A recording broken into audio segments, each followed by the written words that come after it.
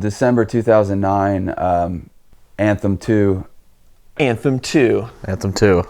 Mikey has the opening section, which it cuts from the intro straight into his part, going straight from the intro like that. It's like the coolest 10 seconds in any video. He had just won Dew Tour the weekend before, smoked everybody, and then like went on this trip and was just on a whole new level. Like Mike's riding on this trip was just like, this is fucking it, right? You know what I mean? Like the best trails, the best trail guy. It was like the best scenario you can think of for capturing trail riding footage. Doesn't get any better. The situation gets no better than that.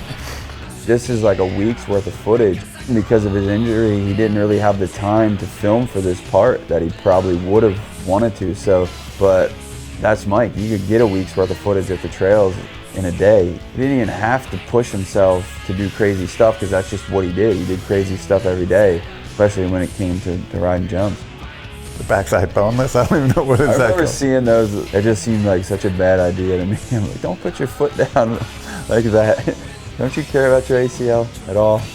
Mike's Anthem II section was actually nominated for a Nora Cup that year, and the year before he had won Nora Cup for Dirt Jumper of the Year. So, so everyone's got a Nora Cup. Hey, you don't have one? You don't have it? I have no Nora Cup. Dude, you have a Nora Cup? Oh, that sucks. This is not cool at all. You ever seen him ride this spot? Like in person? Nah. It's that little spot in Salt Lake, and it's hard to ride. It's just like, it's this little shit bowl, but it's just like, it's hard to ride, but he's just got lines. That comfort level was always something that blew me away about Mike. We'd show up at a concrete park and he would just look like he'd been a local there for years. And like, I'd take 2 hours to even figure out one line and he'd just have the whole park opened up. I like these older clips that you threw in here, Stu, with he's got like smaller bars, and you could tell this, I gotta assume this is probably one of the first, a couple of the first couple clips you ever filmed for Anthem, if I'm not mistaken. Because I mean, his bike looks totally different, he looks totally different. He's doing the pegless stuff, but it's all good, like, I mean, it's quality stuff. That's the thing about, I think, about Mikey's riding, is just very timeless. Definitely timeless. I don't feel like the younger generation knows, because they can watch this and it's like, it's really good clips, but if you didn't see him ride in person, you didn't get the full picture. Right. That clip right here where he rolls in at Layton, that was the look where you just knew he was about to just go so high. Well, it's just the power and the confidence that he developed over the years of riding concrete or trails, and there's no second guessing anything.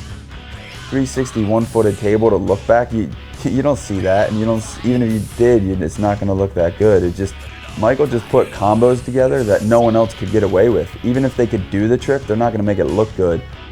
We should try Knack Knack to turn down. Just see how that goes down. Yeah, that would not be a pretty sight. These are like all my local spots, and he would just show up, ask a question, like, where are we going? And he would just go through it and just first run.